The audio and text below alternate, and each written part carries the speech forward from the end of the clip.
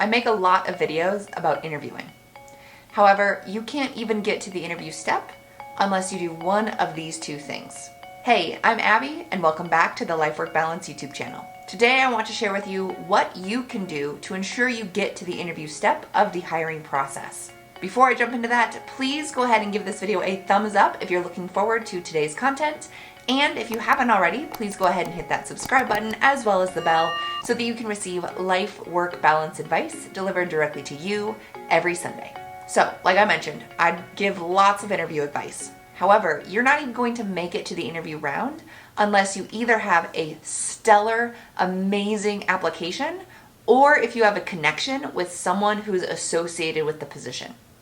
So you either have a rock star application that blows off people's socks, or you have a relationship with someone associated with the position that you want to apply to. Now, this relationship could be knowing the hiring manager, it could be networking with the hiring manager, or it could be receiving a referral from someone who knows the hiring manager. So unless you have one of those two things, you're probably not going to make it to the interview stage of the hiring process. So let's talk about each of these two parts. First, let's talk about a stellar application package. What really catches hiring managers' eyes during the review of the applications? Well, it's different for every company and organization because they may have different policies in place based purely on their internal recruiting practices. And it's also based on the individual person who's doing the review of the applications. However, if you're really looking to set yourself apart from the crowd and stand out as an incredible applicant for this position, there are a few things that you can do that will help show the high quality candidate that you are for this position. The first thing that I always recommend doing to really create a stellar rockstar application is create a tailored resume. Now, resumes, I've heard through the grapevine on LinkedIn and other blogs when it talks about hiring that resumes are kind of going out of style. However, hiring managers are pretty old school, and hiring managers enjoy looking at a single piece of paper that shows a brief snapshot about why you are going to be a good fit for this position. So even if resumes are not required for the position, even if resumes are starting to go out of style, I still highly recommend that you upload a resume to your application. This resume should be a tailored resume, tailored specifically to the job and the organization that you are applying to. Creating a tailored resume doesn't mean that you have to completely reinvent the wheel each time you create a tailored resume. However, it does mean that you have to put in some effort and some time to create this tailored document. That means that you have to go through every line of your document, your education, your experience, your skills, your certifications, etc. And you need to ensure that the information that you are including on your resume is specific to the job that you are applying to. Use some of the keywords and phrases from the job posting directly on your resume. Make sure that you tease out what important keywords need to be on your resume and what ones don't necessarily need to be there.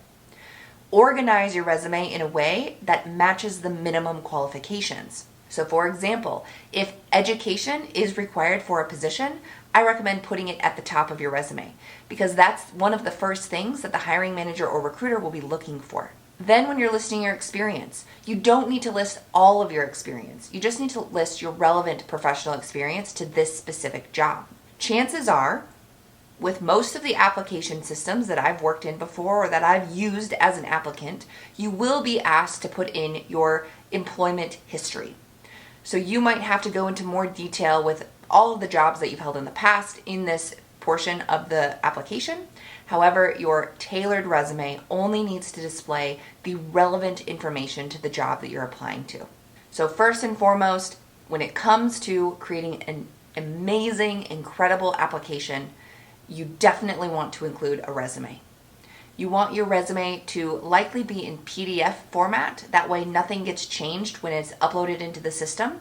Sometimes systems will convert Word documents just into plain text. So I highly recommend uploading your resume as a PDF. The other thing I highly recommend doing to help showcase your skills and to set you apart from other applicants is to write a cover letter.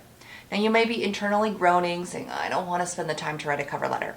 However, a cover letter is really the next step of the application review process that gives the recruiters or the hiring managers deeper insight into who you are before they talk to you. So your resume is kind of like the bait. They look at your resume, they decide that you might be a good fit, and then they will likely move on to your cover letter.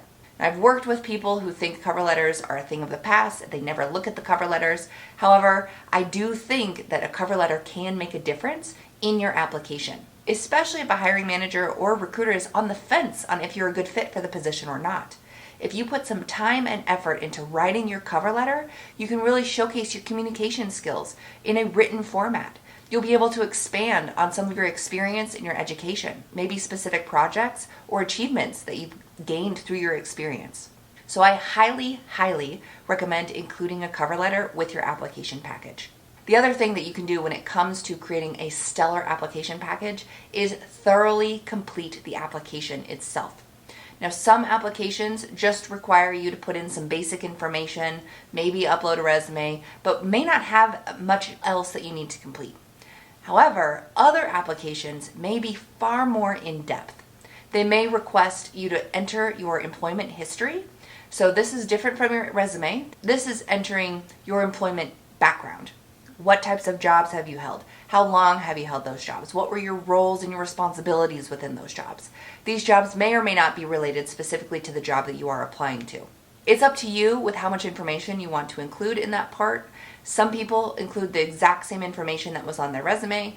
Others include more information that's similar to their master resume. So you want to complete that portion completely. Then you'll also want to complete the education section. Upload all of the different schools that you've been to, the different degrees you've received, different certifications, trainings, etc.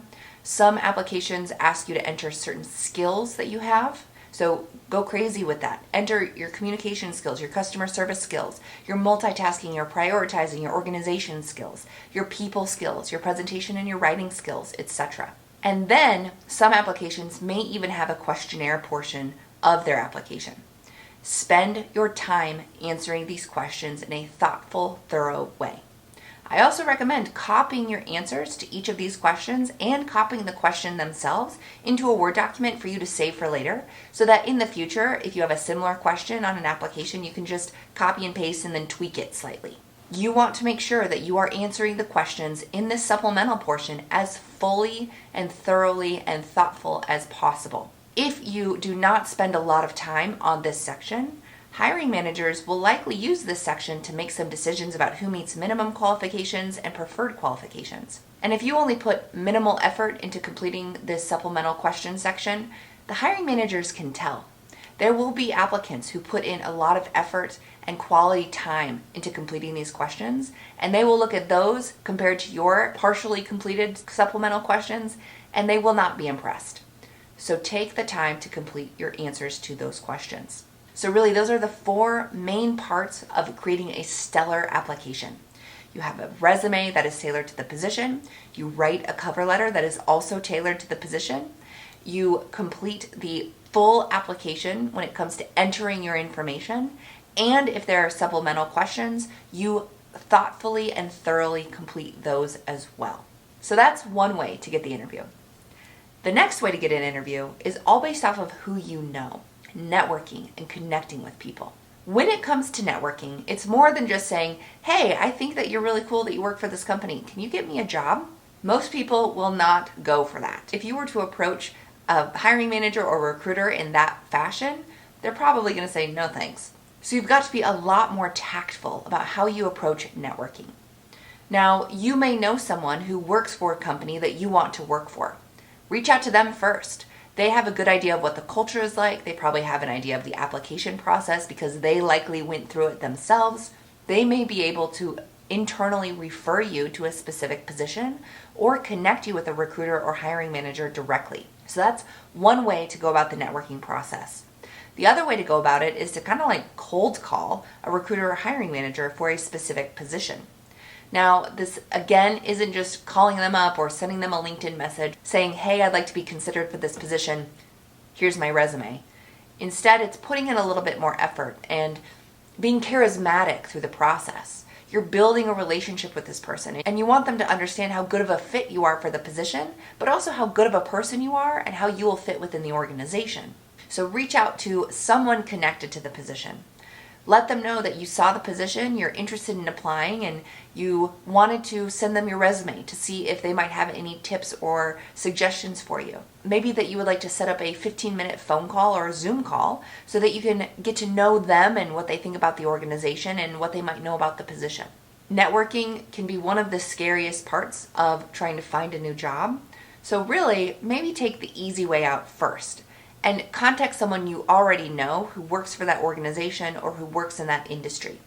Get some tips and tricks from them, and then branch out a little bit further into maybe the scarier waters and contact someone who you don't know or don't have a connection with. The recruiter, the hiring manager, someone who might work on that team, and see if you can start to build a relationship with them so that they can learn a little bit more about you and start to understand that you might really be a good fit for this particular position. You never know. Maybe they will be able to come through for you and connect you to a position or connect you to a person who wants to interview you and get to know you more for a specific position. Now, through that networking process, you will want to make sure that you have some of those other supplemental documents that I mentioned in that first part. You'll want to have a resume that's tailored to the position. You'll probably want a cover letter or some sort of introduction letter. And those types of documents make it really easy for someone who knows you but doesn't necessarily know you well to refer you to the position. So no matter what, those documents will be key to your success in either of these scenarios. So hopefully you found this video helpful. If you did, please go ahead and give it a thumbs up. And if you have any questions, comments, thoughts, or ideas, please put them in the comments box below. I read every comment that comes through and I respond to them each individually. So if you do leave me a comment, I will get back to you as quickly as I am able. And as usual, if you haven't already, please remember to go ahead and hit that subscribe button as well as the bell so that you can receive life, work, balance advice delivered directly to you every Sunday. Thanks, and we'll see you next week.